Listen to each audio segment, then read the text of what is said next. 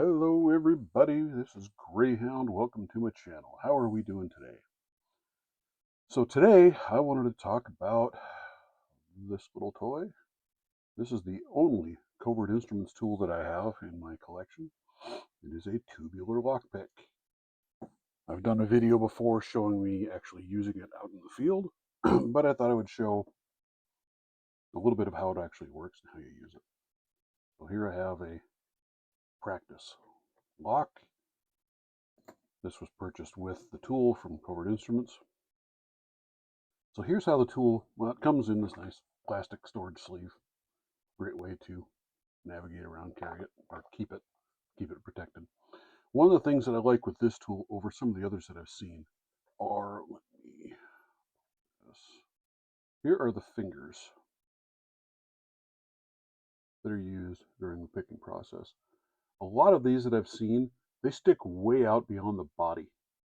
And to me, that means they're going to get in the way for storage especially. So this one, you can put them all the way down, put this cap on it. They don't stick out beyond this washer at the bottom, at the base.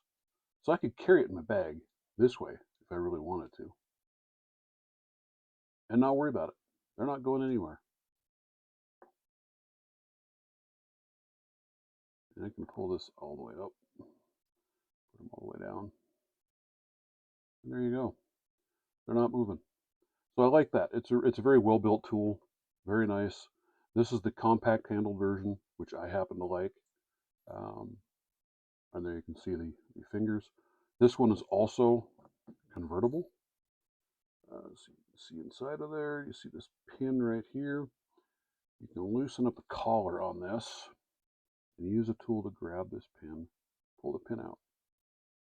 Move the pin over, there's a second hole. When you move it to the second hole, it's now configured to pick 8-pin locks instead of 7-pin. So super easy to change it from one to the other.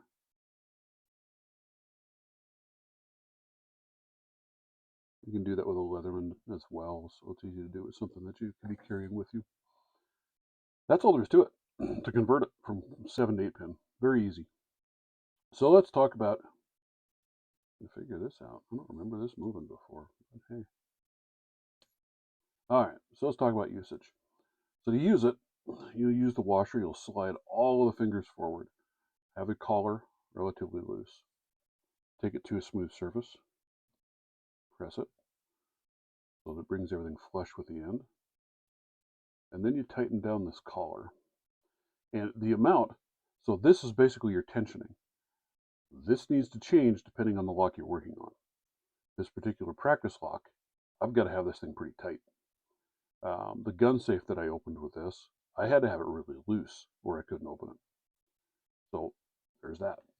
Now, before I start picking on this lock, there are also methods of picking it using other devices and tools.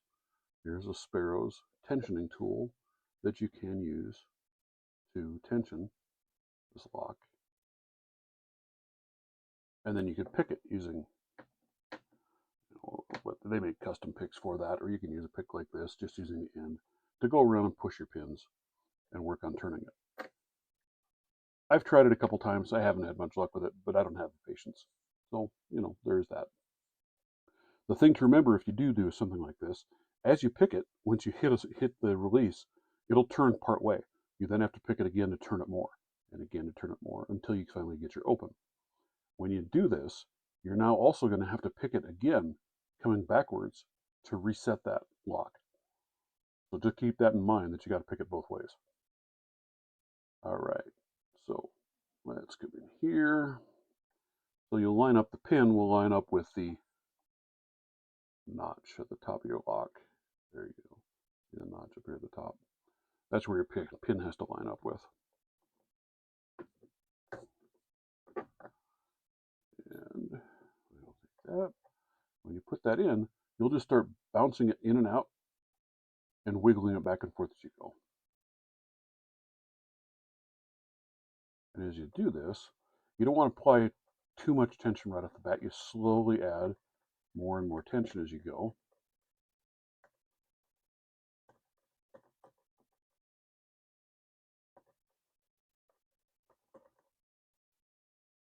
And there's an open. Now once you have an open, you can really crank that thing down if you want. And now I've got a key for this lock. Now one of the things that I found with this is that works really well. The way I have it currently configured, I've got this thing cranked down as tight as I can get it, right? I gotta figure this out. My tool is falling apart. That's not good. But I've got it really cranked down tight. If I take this tool, you can take this now to a locksmith. They can measure these, and they can cut a key that'll work for this lock. The one thing that I noticed, like I said, is how I have this thing currently set up, is I can still push these rods pretty easily. It's nowhere near as tight as I might want it to be. Oh, there we go. There's a... Apparently, there's a set key in here that is apparently loose. So, there it's falling apart. Falling apart in my hands. I guess that's how you would take it apart, because you can replace these rods. And it does come with spare parts. Replacement O-rings, tools, extra pins, some extra fingers.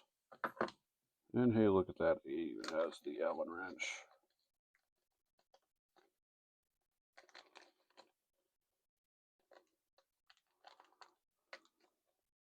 That's one problem with those little tiny boxer cases. They just don't hold my fat fingers very well. All right, put this back together real quick. Then I will move on to show you the rest of what I wanted to show.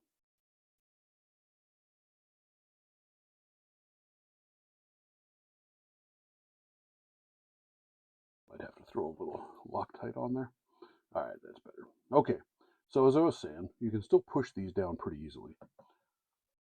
So when I did that gun safe, I left the tool with the safe owner so that he could go get a key made from a local locksmith.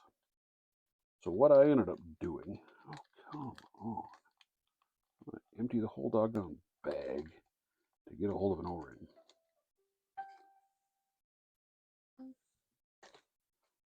And there I did too, I just threw them on the floor.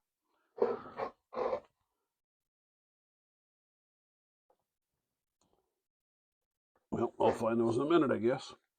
So what I did is I opened this up, moved the collar, and I added a second O-ring down here.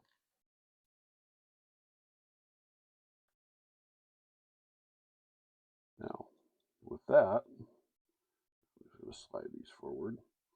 I was able to crank this down tighter, or tight.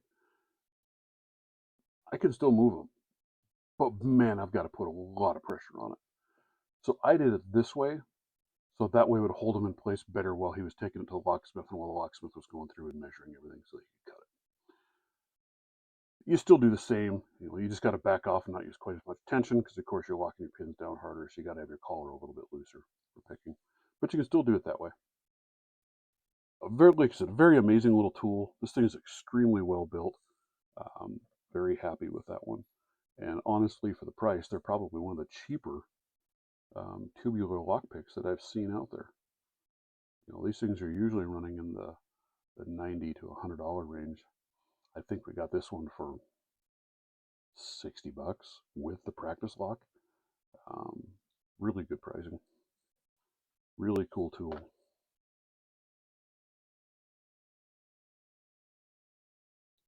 Take that O-ring back off before I forget about it. But there's the basic gist of picking a lock, a tubular lock, the Covert Instruments kit. From what I've seen, most of them that I've looked at all work the same. They all have a collar system where you tighten and loosen your collar. And they all have something like this to use to push the pins forward. Then you just set your pins and go picking. They make a tubular lock seem ridiculously easy. The only thing that you'll have to do sometimes is, if you're picking it, you're not getting there, adjusting your tension, tightening or loosening to work on the lock. That's what I've got for you today, guys.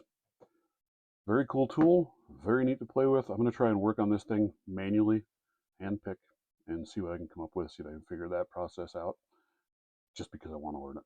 But they're fun, they're interesting. something a little different than a standard lock, get to picking. Catch you later.